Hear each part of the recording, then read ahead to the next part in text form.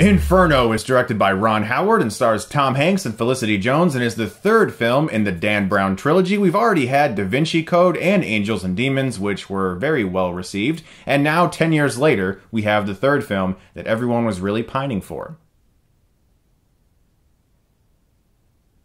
So Robert Langdon wakes up in a hospital, he has severe memory loss, he can't remember the past 48 hours, and his nurse Felicity Jones just so happens to be there when Langdon gets shot at by an assassin of some kind, and now these two are on the run in Florence, Italy, trying to solve a mystery that involves a plague that could be unleashed, having something to do with Dante's Inferno. If you want to know how I feel about the other films, I'm very lukewarm on them. I don't really think they needed another film, but there's another book, so now we have another film. And this is an unbelievably dull movie with really the only person in the entire production that seems as if they are really trying being Tom Hanks. He's one of the best actors alive. I've loved him in many movies. He was great this year in Sully, but here he is surrounded by a director, a writer, and an entire crew that just doesn't seem to give a shit. I want to talk about Ron Howard. I have liked a lot of his films, Apollo 13 being one of my favorite films he's made. I think he is an extremely talented director. I don't know what he's doing with this trilogy. They all look like Bourne knockoffs. In fact, this one even gives our hero memory loss. Everything about this movie seems like it's trying to be a Bourne movie with a slightly older protagonist, and it's more of a mystery setting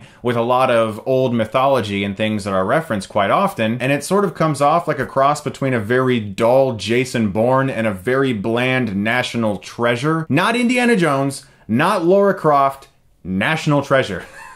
That's where we're at here, guys. It's those two things combined to make an experience that I genuinely could not stand watching. This film looks as if it was shot for straight to Blu-ray. The only thing that's convincing me this is a theatrical film is the inclusion of stars like Felicity Jones and Tom Hanks. Ron Howard's direction in this film is so listless that there's even a sequence where he completely forgets about the 180 rule, has Tom Hanks and another woman he's having a conversation with both on the right side of the frame as they cut back and forth between them, and our eyes don't move at all, and we are bored to shit. The entire film feels like that, a very shaky, handheld, choppily edited mess. There are so many logical inconsistencies as well, like Hanks not being able to remember the word for coffee, but instantly within the same scene remembering his Gmail password. There's an overabundance of info dump scenes where characters just tell Hanks what he needs to know. He's supposed to be this very smart guy who figures out riddles, and it's one of the most compelling things about his character, but in this movie, with his memory loss, they take that away, so he's kind of just like this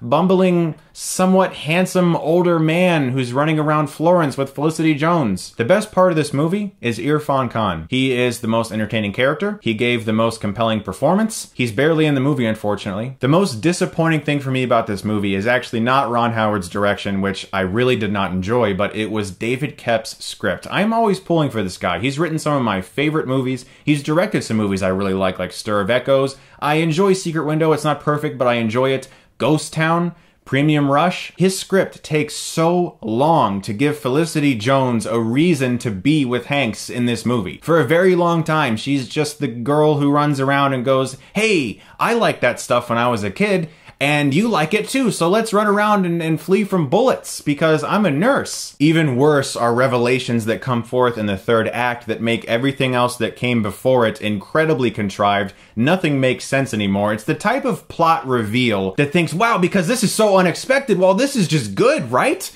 You're gonna be blown away because you didn't expect this, you didn't see this coming. Well, sure, Darth Vader could take his helmet off and Princess Leia could be under there. That would be unexpected.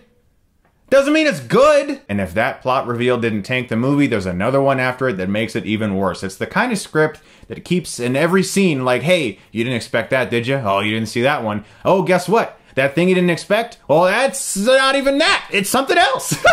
I gotcha. Towards the end of this film, I was silently willing the screen to fade to credits. I just wanted this movie to end. For me personally, this is the worst type of bad movie. It's not so bad that it's good. You can't laugh at it. It's not 80 or 90 minutes long, so it's not over quick. It's like 2 hours. It's boring and dull, and there's nothing entertaining about it. Tom Hanks is trying. That's the only positive I could find while thinking about Inferno, which is a film that discusses the topic of hell quite often. My vision of hell is being forced to watch Inferno on multiple repeats. I'm going to give this film a D-. simply because Tom Hanks was trying, and I felt bad for him in every scene. It seemed like everything surrounding him was just failing while he was actually trying. Ay, ay, ay.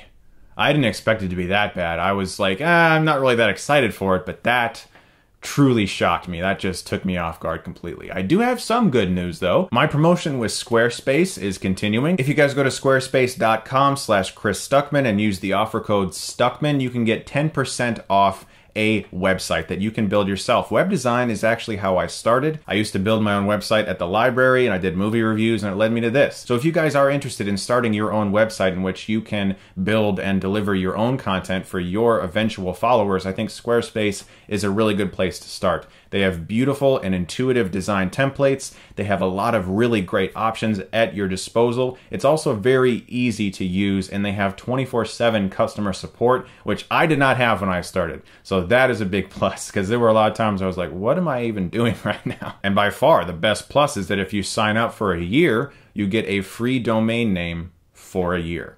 That is a great, great plus. So if you go to squarespace.com/Chris Stuckmann and use my name, Stuckmann, you get 10% off.